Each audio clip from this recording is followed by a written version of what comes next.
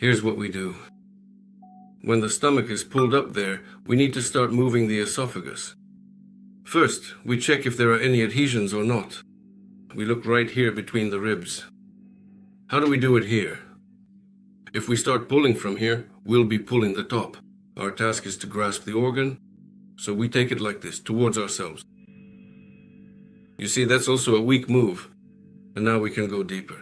So what are you focusing on? In other words, where your mind is, that's where the work happens. Where you focus, that's where you work, and you kind of start pulling the stomach back. And as you pull right here, listen, well, in her case it's fine, there are no adhesions. Because if there are adhesions between the esophagus and the rolling along the rib, they go here and will show up right here. So you'll always feel right here that as you pull, you'll get this sensation like it's twitching here, like that. That's why we start here you can feel gastritis, meaning the pyloric sphincter, which is slightly enlarged. It can be dealt with. Well, these gastritis issues are removed very easily and quickly. We take it and pull it towards ourselves again. Pulled and keep pulling. Her stomach walls are very dense. They should be more flexible. Here, it's from stress. And here we go. We work slowly and deliberately. Here, we are carefully working with the epigastric area, but she still has that very distinct and palpable pyloric sphincter. Can you feel it, perhaps, right there? It's very dense. Yes, a lot settles there. That's gastritis. So take a look at the anus. All sphincters are the same. It's a circular muscle, that is, a ring-shaped muscle. If it gets overfilled with blood, it starts to swell up like this. And as a result, an opening appears. So it doesn't perform its barrier function. Here we have an acidic environment, and below there's an alkaline environment. Well, remember your school lessons. If acid mixes in, a reaction occurs, meaning the reaction forms a salt. And salt is exactly the aggressive environment that causes ulcers. Therefore, to remove this excess blood, we need to pull and fixate it.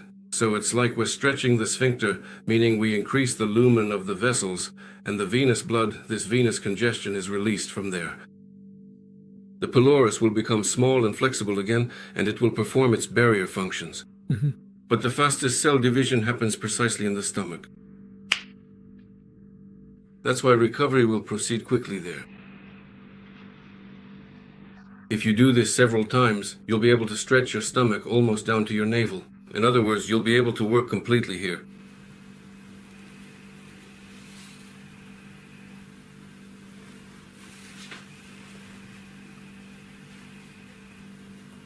So now I've grabbed it and I'm holding it. Our task is to stretch the esophagus so it doesn't press against the diaphragm. The diaphragm is what makes the breathing movements. Inhale, exhale. 4 centimeters up, 4 down. And that's precisely why we need to effectively free up this crucial passage, because it's essentially a pump, a second vital pump, for efficiently moving venous blood from the bottom up.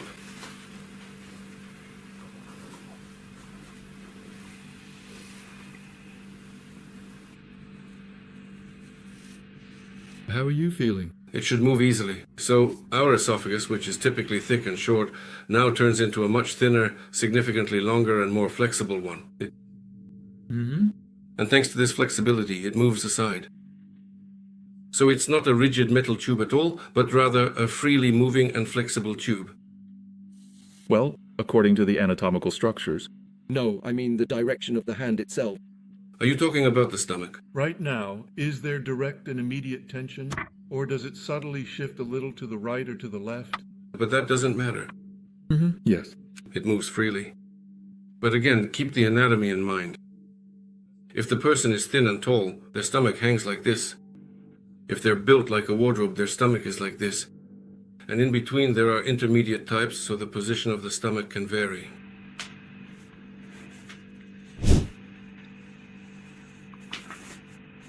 There's just a little bit left on her pylorus. A slight point of tension. I'm just releasing it. But if someone touches her right here, you'll feel it exactly at the vertebral tracheal tube. When I pull it back, you'll feel that it also pulls back there. Yes, I can feel it. And once we've pulled it back, we can start working with the diaphragm. How do we work with the stomach? Painlessly. Look, here is her coastal arch. Step back 2 or 3 centimeters. Press down like this. That's it. There's a natural dip. Don't press any further. If you press more, it will hurt. Now you move the tissues toward this hand. Look, I move the tissues and the hand sinks in. And I start to gently smooth along the length. And smoothly, smoothly, I will go in there. I will stroke the inner side of the diaphragm because we have removed the stomach, and now I can climb in here. There, look, I pressed. And now I'm giving fabrics, and my hand is sinking. Yes. This is painless. So, the guys who studied with Ogulov just presses and gathers everything to himself at this point instead of letting it move freely. They actually retrained with me to work without causing pain. Ogulov is a great guy. He created a lot of good things, but I saw that his techniques could be made painless. Then he will be priceless. And now I'm already completely covering the stomach. I'll start gently moving it back and forth. And thus we effectively put the beginning of the entire digestion process in proper order. Does it hurt when I work? Nope. And now I can't cope anymore. Yeah, that was interesting.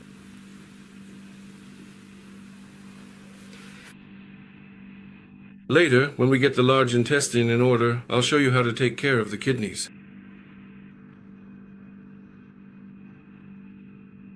Look, everything is gentle and careful. This is how the waist is adjusted.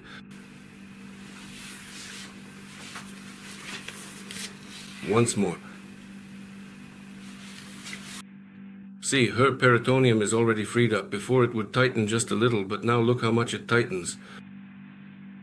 So our task is to use this free movement of the peritoneum. The function of the greater omentum is being restored. The function of the lesser omentum is being restored. The lesser omentum is the gastrohepatic ligament. The transverse section of the large intestine is being restored. The function of the duodenum is being restored. The function of the pancreas is being restored. The function of the thoracoabdominal diaphragm. The mobility of the stomach is being restored. That is, I start to move it. Here, you can see what I am doing. The ribs are attached to the spine. It's like a door to its frame. When you open it, it rotates like this. It turns like this. Our task. You stand on the side of the shoulder, take the ribs, and move them toward the spine. If it's a woman, do not touch the chest in this way. With men, you use the entire area completely. This is how you pump it up. That is, so the ribs move like this.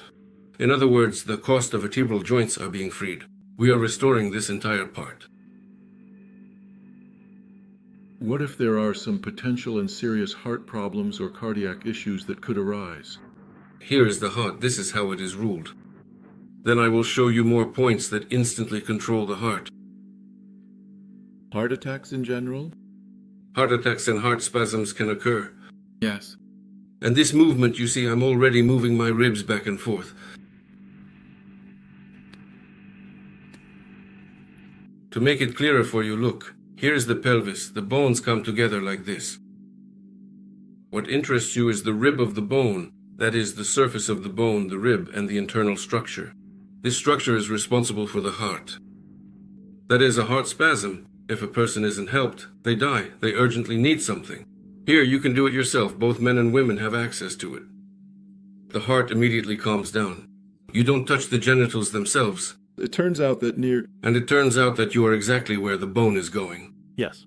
And here is the very border of the bone, and this same point removes cystitis. That is, you can put the bladder back in place when it descends, and inflammatory processes. This same point both eliminates cystitis and heals the heart.